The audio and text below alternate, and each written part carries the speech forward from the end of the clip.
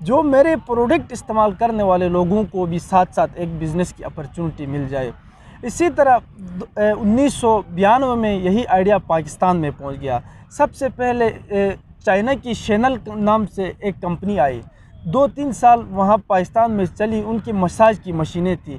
پھر اس میں بھی ہمارے اپنے پاکستانیوں کی غلطی ہے بھائی، کاپی ان کی مساج کاپی پاکستان میں پٹھانوں نے بنانا سٹارٹ کیے، تو کمپنی نے بس اپنی کمپنی ہے پاکستان سے بند کر کے اسی طرح چائنا چلے گئے۔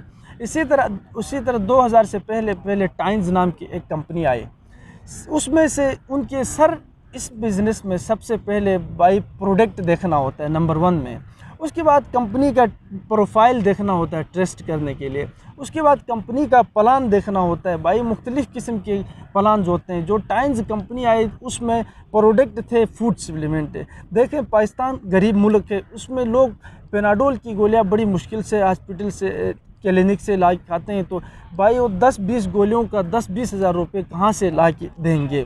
تو ادھر ان کا پلان بھی تھا، میٹرکس پلان تھا ان کا، سٹارٹنگ جوائننگ 60-70 ہزار روپے گولیاں خریدنا تھا۔ بھائی گولیاں سے مہنگا، گولیاں سے ہم کیا کریں گے؟ اسی طرح مختلف پھر ڈی ایکسن نام کی ایک کمپنی آ گئی، انہوں نے پاکستان میں اچھی طرح بزنس کیا، بزنس کرنے کے بعد ان کو زرداری صاحب نے ان کے اوپر ٹیکس لگایا، ڈی ایکسن کے اوپر 16% ٹیکس لگایا۔ انہوں نے کہا بعد میں بھائی اتنا زیادہ ہمارے اوپر ٹیکس لگایا، اب ہم اس بزنس کو نہیں کر سکتے، وہ بھی پاکستان سے چلے گئے۔ تو ساری جو کمپنیاں اس سے پہلے آئے باہر ممالک کی آئیں۔ اسی طرح مختلف قسم کے ایپس چلتے ہیں، فورسیج نام کے، میٹا فورس کے نام سے، بھائی پیسے کے پیچھے پیسے دے رہے ہیں۔ ایسا ہمیں کیا پتا بھائی، ہماری وہی پیسے جا کے ہمارے ملک پاکستان کے خلاف استعمال ہوتے ہیں، کیا ہوتے ہیں ہمیں معلوم نہیں ہے۔ لیکن سر اس میں اب غلطی ہماری اپنی ہوتی ہے بھائی، جہاں بھی آپ جوائننگ کرتے ہو تو سب سے پہلے آپ کمپنی کے پروفائل دیکھیں، ویب سائٹ دیکھیں، بھائی یہ کہاں سے چل رہی ہے، یہ کمپنی اس پاکستان میں رجسٹر ہے نہیں ہے، SCCP سے رجسٹر ہے نہیں ہے، FBR کو ٹیکس پے کر رہی ہے یا نہیں کر رہی ہے، اور مالک کہاں سے ہے، اور ان کی head office regional outlets اور کہیں شہروں میں ہے نہیں ہے، یہ سب ہم نے دیکھ کے قدم دینا ہوتا ہے۔ تو ہمارے نوجوانوں کی بڑی غلطی یہ ہوتی ہے، جہاں بھی انہوں نے جو کام سنا تو ایک دم آنکھیں بند کر کے ویریفائی بھی نہ کر کے جوائننگ کرتے ہیں، کر کے جب بعد میں وہی کمپنیاں، ان کا ایک لمیٹڈ ٹائم ہوتا ہے بھائی 6 مہینے سال، جب ان کا ٹائم پورا ہوا، ان کا ایک لمٹ ہوتا ہے بھائی اتنے پیسے جمع ہو گئی، تو اپنی ویب سائٹ بند کر کے فارغ ہو گیا۔ پھر لوگ باہر تقریریں کرتے جا رہے ہیں بھائی سب فراڈ ہے، سب فراڈ ہے، سب فراڈ ہے۔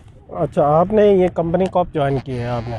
سر میں نے تقریباً 2 مہینے 3-4 دن ہو گئے میں نے اس کمپنی جوائن کیا۔ الحمدللہ اس وقت میری 2 لیگ پہ ہمارا بزنس ہے، بائنری پلان بزنس کے تھے، ایک سائٹ پہ الحمدللہ اللہ تعالیٰ نے مجھے ذریعہ بنایا، ایک سائٹ پہ اس وقت 36 بندے میرے نیچے روزگار کر رہے ہیں، اور ایک سائٹ پہ 16 بندے اس وقت میرے نیچے کام کر رہے ہیں۔ کیا میسج ہے نوجوانوں کو آپ کی اسی کمپنی کے حوالے سے، ہمارے جو ناظرین جو دیکھنے والے کو آپ کا کیا میسج ہے؟ سر میرے یہی میسیج ہیں، آج کل اس مشکل دور میں جو یہاں پڑھ رہے ہیں، اسپیشلی ہمارے گلگت بلتستان کے لوگ ہیں یہاں پر، ان کے لیے میں ایک خصوصی میسیج یہ دینا چاہتا ہوں بھائی آ جائیں ڈیجیٹل دور کی طرح۔ ایک دور تھی سب سے پہلے ہمارے پاس موبائل نہیں تھی، اس کے بعد چھوٹی موبائل آ گئی بٹنوں والے، اسی طرح آگے موبائل، اسی طرح میل ای میل کے دور پہ آگے ملک آگے چلتا گیا۔ تو اب اسی طرح آنے والی دور ہی بالکل ڈیجیٹل کی دور ہے، آف لائن بازار سے، دکانوں سے، شاپ سے جو بھی چیزیں خریدنے کی ہمیں ضرورت نہیں ہوگی، آن لائن آرڈر کریں آپ کے گھر میں پہنچانے والے۔ اب آگے 3-4 سالوں میں سب دور ڈیجیٹل مارکیٹ میں چلے جائیے، تو اس لیے ایڈوانس آ جائیں ڈیجیٹل مارکیٹ میں اور اچھی طرح آپ ارننگ کریں۔ الحمدللہ 2 مہینوں میں ہی مجھے بھی بہترین اس پلیٹ فارم سے اچھا رزلٹ ملا ہے۔ اس ڈیجیٹل مارکیٹنگ سے یہ نوجوانوں کی جو بے روزگاری ہے وہ ختم ہو سکتی ہے؟ بالکل ہو سکتی ہے سر، دیکھیں ڈیجیٹل مارکیٹنگ دنیا کی سب سے پاورفل انڈسٹری ہے، جو اس وقت ڈیجیٹل مارکیٹنگ میں سب جو کیمرے میں دیکھنے والے سارے ناظرین دیکھ سکتے ہیں کہ ڈیجیٹل مارکیٹنگ میں سب سے ٹاپ ارنر ہے، اس وقت 28 کروڑ روپے ایک مہینے کا کما رہا ہے۔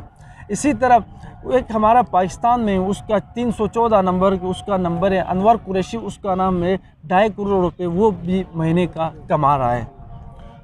اچھا ناظرین، یہ تھے ہمارے آج کے پروگرام کے مہمان راجہ شاہد وزیر، سوشل ایکٹیوسٹ بھی ہے اور ڈیجیٹل مارکیٹ سے ایکسپرٹ ہے، اور ڈیجیٹل مارکیٹ کے حوالے سے ان کے جو خیالات، ان کے جو تاثرات ہیں وہ آپ تک پہنچائے۔ ناظرین آپ لوگوں کا بہت بہت شکریہ، آپ قیمتی وقت نکال کر ہمارے پروگرام دیکھ رہے ہو۔ اسی طرح کے پروگرام لے کر دوبارہ ہم آپ کی خدمت میں حاضر ہوں گے. اس وقت تک دیجیے اجازت. اللہ حافظ.